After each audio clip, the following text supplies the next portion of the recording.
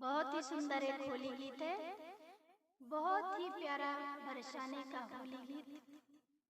गिरधारी न कूदो यमुना में, गिरधारी न कूदो यमुना में, गिरधारी न कूदो यमुना में, गिरधारी न कूदो यमुना में।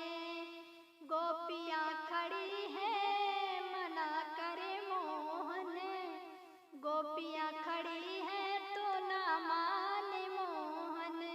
राधा खड़ी है कर जोरे, गिरधारी न कूदो यमुना में, गिरधारी न कूदो यमुना में, गिरधारी न कूदो यमुना में।